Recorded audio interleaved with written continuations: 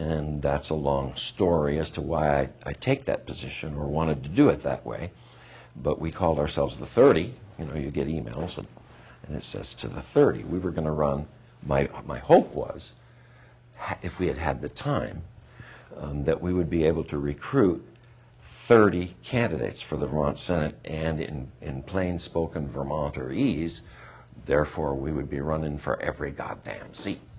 That's what I wanted to do, because I believe the legislature is where the power is. In fact, I know that. But if we were really going to secede, we'd have to have the Assembly and the Senate. That's correct. You would have to do both, provided you assume that you need legislative action at all. And what I said to folks when I built the strategy of running for the Senate exclusively was, look, at least it allows us to tell people honestly, we cannot, don't be afraid of us, because a lot of people are afraid of the idea, of wild people saying, let's secede from good old United States. A lot of people are afraid of that. And so I wanted to be able to say to folks, don't be afraid of us. We're going to run for the Senate. And even if we win every seat in the Senate, we still can't formally secede the state of Vermont because we wouldn't have the House. But we can get a discussion of secession on the table so that everybody in the state can consider it calmly over time, and then you could move the issue forward. That was my idea. Thomas, in the end, thought we ought to have a candidate for governor and lieutenant governor, and he sort of went that way. So we went down in tandem, and we're still, we're still friends, and we're still working together, and we're all in the thing. But my focus was the Senate. I want the legislative seats. I want a whole bunch of people, regular people like you, like me, regular people, not professional politicians, to take those seats in the legislature, sit in those seats, where we would be able to say no, you see.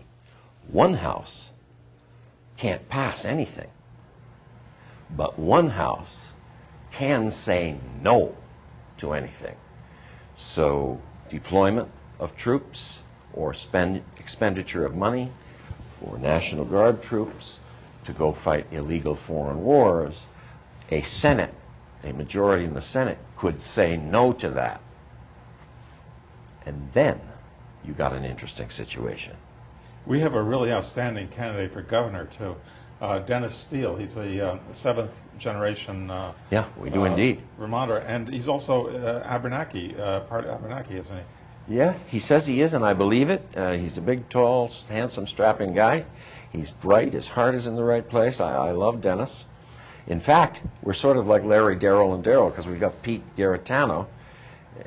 So those two were running for the big office, and I was honchoing up the Senate thing. So I used to laugh and say we were Dennis and Peter instead of Larry, Darrell, and Darrell. Two Dennises. But I've stepped down from honchoing that, as you probably know. I'm just going to stick to now advising, because I have participated in so much political action in my life. I'll still advise the whole group, but I'm not going to be primarily organizing the Senate effort. I'm going to run myself, along with my friend Bill Cruikshank, for the Senate seats in Rutland County. We're going to focus on that. Yes, just running for a campaign is yeah. enough work. It's onerous enough, and I figured out, Terry, that in my case, I don't think anyone else has run for public office, but in my case, this is my 8th time and last time. Thank you. I ran for Congress 3 times.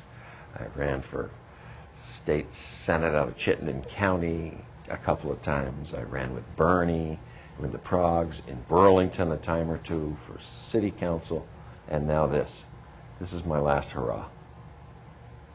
In November of 2004, there was a radical consultation in Middlebury, Vermont. I believe this was the start of the secessionist movement in Vermont.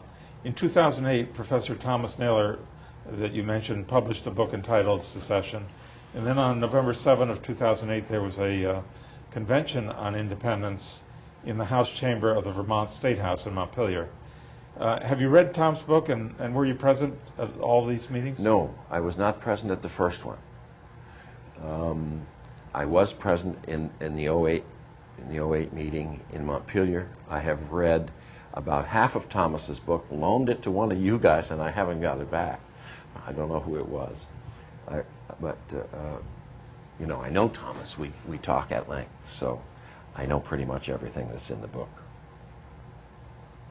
Well, I read his book, and I was at all the meetings. I was impressed in Montpelier that there were delegates from a number of states. So it's not just Vermont that's talking about secession. There's a movement in Alaska and in Puerto Rico and Hawaii, Ohio, a scattering down south, particularly Texas. But it's you know, it's not a southern phenomenon. There are a lot of movements in the state. In fact, Thomas, when I first came in, Thomas asked me to be the foreign minister, and what I was going to do was reach out to all those other states, also reach out to the UN, hopefully, and to small foreign countries, try and begin the process of setting up foreign relations, because what we're talking about here, in the end, is that our clean, green, beautiful state here needs to be its own country. And that doesn't mean we build a wall around it and isolate ourselves. We need to join the rest of the world. We need to establish friendly relations and trade relations with everybody in the world if we're going to be our own country, because as independent as we are and as self-sufficient as we are, we still need to trade, we still need relations, and we need peace. So, you know, when we say secession, like I said, we're not talking about walling ourselves off. We simply want out from under the empire, out from under the money drain, out from under these wars, out from under Wall Street, out from under the federal agriculture policy that is decimating our farms and our state, out from under all these federal policies that are essentially treating us and other states like a colony. Instead of that, we need to be independent, and we need good relations with everybody in the world. So that was what I was supposed to be doing. And then the idea of let's put some people in the legislature came up, and I got sidetracked. So I want to go back to that. By the way, I call myself very foreign minister. I want to bring out, though, that we're all running as independents. Yeah. And we're a loose-knit group that, for instance, although I'm running as the candidate for Chittenden County, I disagree with contacting foreign countries before we have a vote in the legislature. Yeah, you can disagree. So each of us has a slightly different take Sure. on things. Yeah, oh no. This is not 3 blind mice or 11 blind mice. We are all independents. I have worked with this whole group now for better than 6 months, something like 8 or 9 months. And it's, believe me, it's like herding cats. We have every political type in here you can imagine, from really quite far left. I would put you in that category. Progressives. I'm also a progressive, but I have some libertarian things. We go all the way almost to Tea Party people. We have people who want to regulate guns and people who don't. But we all know who and what the enemy is. We all know what the problem is today. And I think that's the thing that unites us more than anything else. I don't want to be a political party. I never wanted to be. I made it clear in the beginning that I would ask people to run on as loose associates in favor of secession, against empire, against war, but not be a political party. Nobody takes orders in this outfit. You don't, and I don't. So even though some of us are more to the left and some are more to the right, we all agree that we want to end the wars. Yes. And bring the Vermont troops home. Yes. Now, there's $1.5 billion from Little Vermont that's going to pay for these wars, right? So Yeah, once we get that $1.5 billion back, then we can debate how we're going to spend it. The Yes. people on the right maybe will say, give some of it back in taxes, and the people on the left will say, give people health care. Fine, perfectly good time to debate it. But first of all, you have to stop the guys that have stolen it all from stealing it. I don't know if you recall the discussion at Pete Garetano's in Shelburne several months ago, but people were still struggling with how to state the case. And somehow, straight out of my head, I said there's four essentials to what we need to do.